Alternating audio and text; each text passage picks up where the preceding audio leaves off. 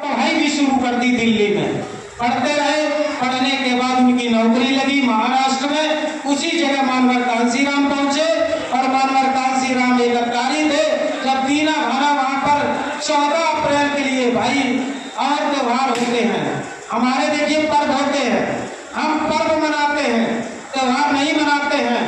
हमारी उसकी संग विच्छेद करेंगे तो धन हार, हमारी हार, इसलिए हम कभी नहीं मनाते, हम पर्व मनाते हैं। बाकी ज्यादा इस पर नहीं बोलेंगे। एक त्योहारों की रैस पुस्तक है, रोशन ने लिखी है, उसको पढ़ेंगे, उसमें सब कुछ मिल जाएगा। भैया ने, कुशवाहा जी ने, ये बौद्ध जी ने जरूर पढ़ी होगी, उनको दिख रहा है, तो ये जरूर आप लोग पढ़िए। तो वो जब दीना भाना ने कहा कि मैं 14 अप्रैल को छुट्टी रखूंगा कार्यालय, वो चपरासी थे, हट कर गए। अधिकारी बोले नहीं, छुट्टी नहीं करोगे, ड्यूटी आना है। उन्होंने कहा मेरी चाहे नौकरी छूट जाए, मैं लेकिन जरूर 14 अप्रैल को छुट्टी रखूंगा। ऐसी कंडीशन हुई कि उन्होंने 14 तारीख के नहीं पहुंचे और उन्हें सस्पेंड कर दिया गया, नौकरी से निकाल दिया गया। और जब निकाल दिया तो उन्होंने उसी दिन से आंदोलन शुरू किया। तो मानवर कांसीराम सोचने लगे, उससे पहले मानवर कांसीराम ने बाबा साहब को नहीं पढ़ा था। मानवर कांसीराम सोचने लगे कि यार ऐसा क्या इस 14 अप्रैल को है, इसने नौकरी तक अपनी गंवा दी। तो वो पहुंच गए उनके आवाज पर। मानवर साहब ने कहा कांसीराम ने कि ये बताइए आपने ये नौकरी क्यों छोड़ दी, क्या ऐसी व्यवस्था है, क्या कारण है? तो उन्होंने कहा मैं ज्यादा डिटेल में नहीं बता पाऊंगा, आप हमसे पुस्तकें ले जाओ। तो उन्होंने एक दी थी पुस्तक, जातियों का शोषण, जातियों का शोषण पुस्तक दी। जब दीना भाना ने जैसे ही उन्होंने, मानवर साहब ने रात भर में 3 बार पढ़ी वो पुस्तक। जैसे ही 3 बार पढ़ी, मानवर साहब के खून में क्रांति आ गई कि अरे हम तो नौकरी कर रहे हैं, लेकिन ये समाज के लिए क्या होगा, कैसे होगा, कैसे भला होगा, इस समाज सोया हुआ जागेगा कैसे। ऐसे मानवर कांसीराम ने आंदोलन चलाया और वो छोड़ दी।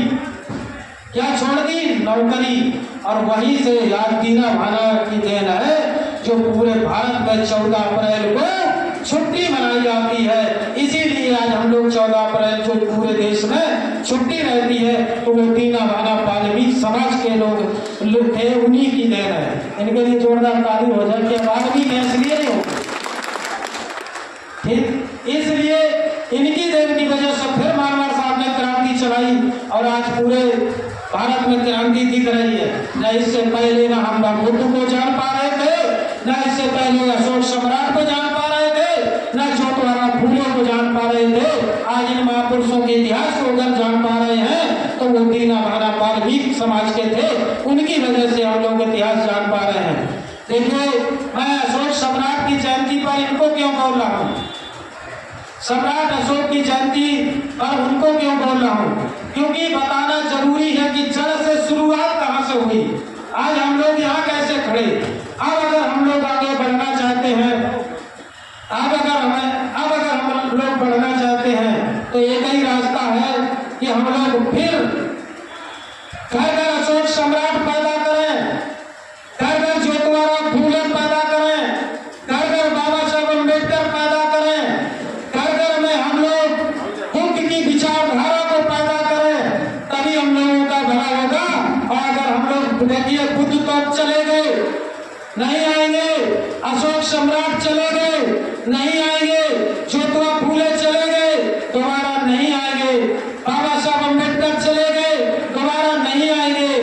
लेकिन अब जो बचा कुचा है, बाबा साहब अम्बेडकर साहब एक बात और कह गए थे, यह मेरे समाज के, बहुजन समाज के लोगों, कि मैंने यहाँ तक कारवा ला करके खड़ा कर दिया है, अब जो बचा कुचा ये कारवा है, इसको अगर आगे ना बढ़ा सको तो इसके पीछे भी मत होने देना।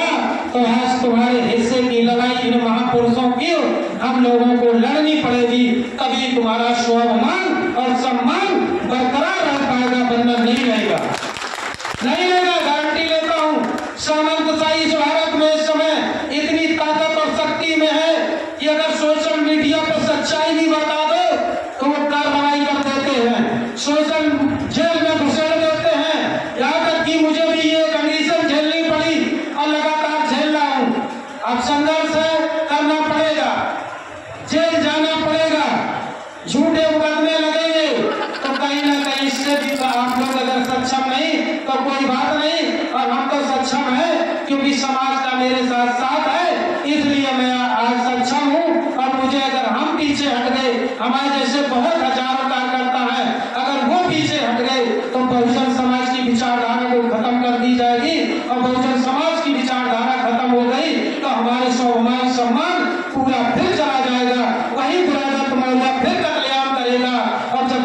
बदनाम करेगा तो हम फिर नंगे और भूखे घूमेंगे।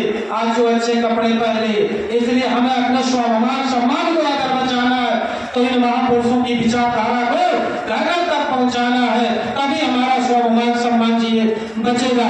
बोलिए अशोक सम्राट, अशोक सम्राट। चलिए अब मैं अपनी बात को विराम देता हूँ। मैंने अभी छोड़ रखा है, मैं लगातार अशोक सम्राट के विषय में 4-5 घंटे